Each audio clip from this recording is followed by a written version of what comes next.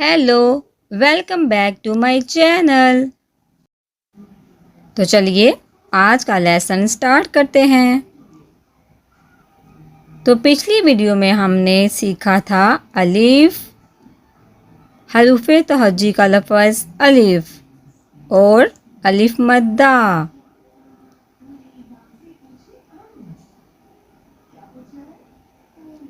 आज हम सीखेंगे हरूफे तहज्जी का लफ्ज़ बे। बे से बल्ला, बे से बादाम,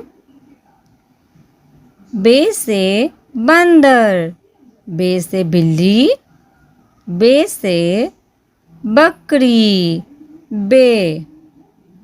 बे से बल्ला, बे से बंदर, बे से बादाम, बे से बिल्ली, बे से बकरी।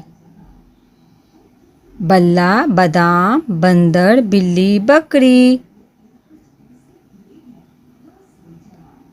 और बे के बाद आता है पे। पे से पत्ता, पे से पेंसिल, पे से पांडा, पे से पानी, पे से प्याज। पे से पत्ता, पे से पत्ता, पे से पेंसिल, पे से पांडा, पे से प्याज।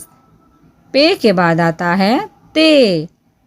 ते से ताला, ते से तरबूज, ते से तितली, ते से तकिया, ते से तोप, ते से तोप, ते से ताला, ते से तितली, ते से तरबूज। अगर आपको मेरी वीडियो अच्छी लगी हो तो मेरी वीडियो को लाइक कीजिए।